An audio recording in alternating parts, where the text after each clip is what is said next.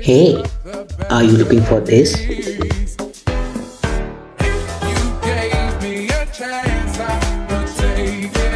If yes, then this tutorial is for you. My name is Raghav and let's start the tutorial.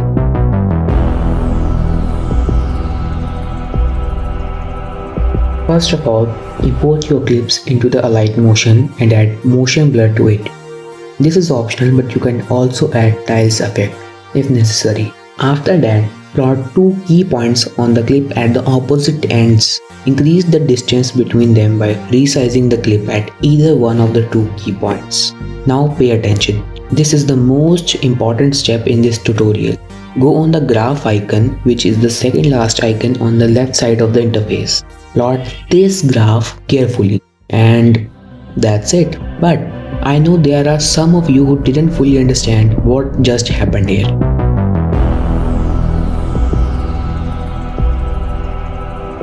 If you want your zooms to look beautiful and elegant, you first need to understand how the graph works. These type of graphs are called velocity time graphs or simply motion graphs. And for those who don't know what velocity time graphs are, basically these graphs visually represent the relationship between acceleration, velocity and time.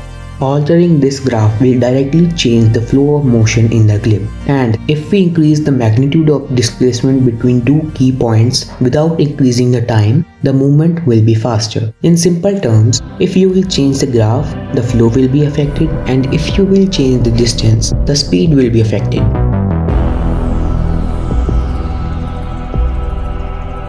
Although zoom transition is one of the easiest and basic transition in editing, I will still provide a preset in the comments if this video only hits 10 likes. So smash that like aim, and if you learned anything new from this video, please consider subscribing. And if you have any query regarding the topic, the comment section is open. Also, if you have any feedback that whether this video was good or not, please tell me in the comments. This will help me improve my next video.